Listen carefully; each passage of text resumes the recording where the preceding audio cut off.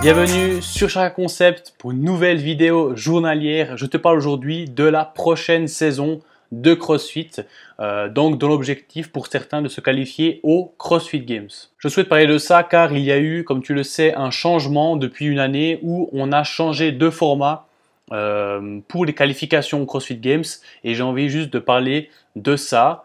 Alors premièrement, je rappelle l'ancien format qui était d'avoir les Open en février. Certaines personnes étaient qualifiées pour les régionales, donc diverses régions dans le monde. Et les meilleurs de ces régionales étaient qualifiés pour les CrossFit Games, ce qui nous amenait à 40 hommes, 40 femmes aux CrossFit Games en août. Cette saison, on a appris, je crois que c'était en novembre, que les régionales allaient disparaître.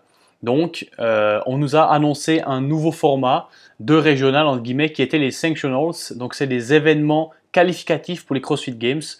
En fait, CrossFit a affilié certains événements qui existaient déjà, d'autres pas, pour finalement offrir une place qualificative pour les CrossFit Games.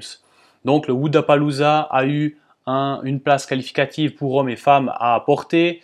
Il y a eu de nouveaux événements comme le Reykjavik CrossFit Championship et d'autres événements sont apparus et d'autres ont simplement switché de nom pour, comme le Wodapalooza, adopter le mot CrossFit et être affilié concrètement. Donc également Dubaï, le Dubai CrossFit Championship a également changé de nom pour offrir une place qualificative et entrer dans cette compétition CrossFit. Donc quel est le nouveau format concrètement? Le nouveau format sera d'avoir les Open en octobre. Donc en octobre 2019, cette année, dans quelques mois, il y aura la phase Open qui va offrir des places qualificatives aux 10 meilleurs mondiaux, hommes et femmes, mais également aux meilleurs de chaque pays. Ça veut dire que si vous êtes le premier ou la première Suisse, vous allez être qualifié aux Games. Première Français, première Australienne, etc. Du moment où vous avez une boxe affiliée dans le pays, vous êtes un pays entre guillemets affilié, ou si vous remportez la première place, hommes et femmes, de votre pays, vous serez qualifié pour les Games directement. La deuxième option pour vous qualifier, c'est de remporter une compétition, de remporter un Sanctionals, donc de ces événements qualificatifs, Miami, Dubaï, en Australie, en Islande, Norvège, Amsterdam, etc. Donc, premièrement, vous devez vous qualifier à cet événement. Il y a souvent des qualifications en ligne pour vous qualifier, pour vous présélectionner pour aller à l'événement. Et ensuite, vous devez remporter évidemment le classement pour être qualifié pour les Games. Autant vous dire que le nombre de places aux CrossFit Games va drastiquement augmenter. Ce nouveau format peut amener à des espèces de conflits dans le sens où vous pouvez avoir plusieurs spots qualificatifs pour vous. Autant dire que typiquement Matt Fraser qui avait gagné Dubaï et les Open aura 2 spots qualificatifs. Évidemment, il y en a un qui va primer sur l'autre et son deuxième billet qualificatif va être redistribué pour quelqu'un d'autre. Tout ça pour dire que on va terminer à environ 150 hommes, 130 femmes, quelque chose comme ça, je crois. C'est des chiffres qui sont pas ronds, mais on va terminer à ce nombre de personnes pour les CrossFit Games déjà cette année. En plus des Open et des Sanctionals, CrossFit se réserve le droit de donner quelques places qualificatives à certains athlètes.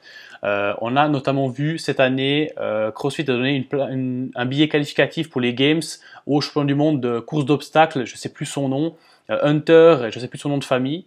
Et évidemment, il se réserve le droit de donner, je ne sais plus si c'est 5 ou 10, pour par exemple des athlètes qui se seraient blessés et qui reviennent, des athlètes qui ont fait une super saison mais qui n'ont juste pas eu leur spot.